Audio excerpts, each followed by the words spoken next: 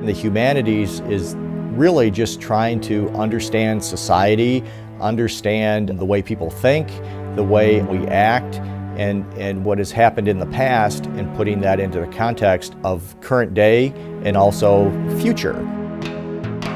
I was really interested in developing a project that would allow me to learn more about the music of Panama and that would let me combine all of the things that I like.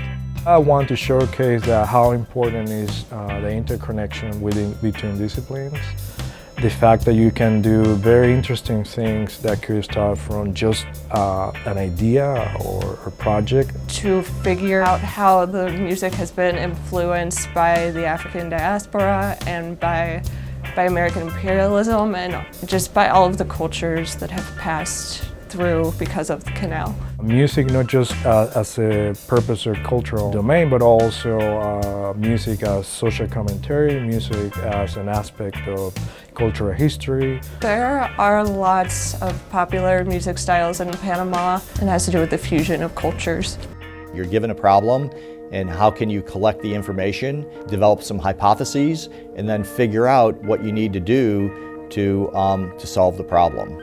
I've been really interested in how a team of artists goes about creating a biblical theme park. The way that I saw it was to kind of bring together a lot of these different sites that are taking belief systems that appear on the page and bring them to life. How do they combine religion and entertainment? How do they borrow strategies and imperatives from the world of immersive entertainment and fantasy world making to create a biblical past and attract people to it. He was studying both religion and these kind of attractions that enact belief systems, but they also function as entertainment as well. I thought it was just a really cool merging of topics. Amanda did something really fantastic, which was she took this sort of really informal list I had of other Bible-based attractions in the US. I started kind of going about creating this Excel spreadsheet with just some categories, and as I went along I got more and more excited about the sites. And what came out of that was our digital scholarship project, Materializing the Bible.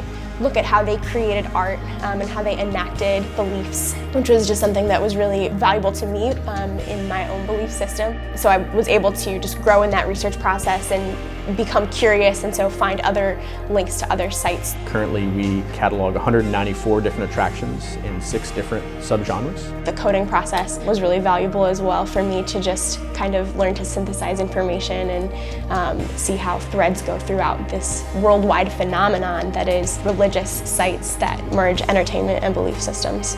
The humanities teach critical thinking skills, great communication skills, problem solving, and again, it's this ability to go back and evaluate what other people have said and done and to put it into context of today's world.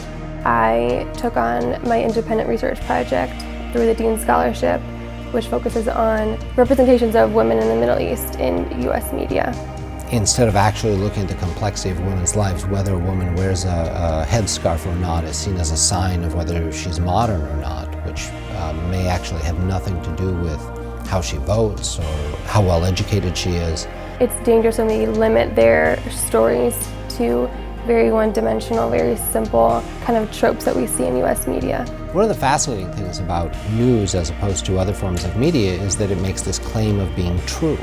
But even though it is factual, how facts are arranged fall into particular kinds of symbolic configurations. That sort of narrative of simplifying women during the Arab Spring and after the Arab Spring informs and shapes how we think about these different processes and these different changes that happen in the region. How they represent women in the Middle East from one place to another place to another place differs depending on what kind of audience they think is going to consume those media images. There's a big difference, I think, in kind of learning about scholarly work and then making it yourself and forming an argument from the ground up. And that's something I think I'm really glad that I learned while I was an undergrad.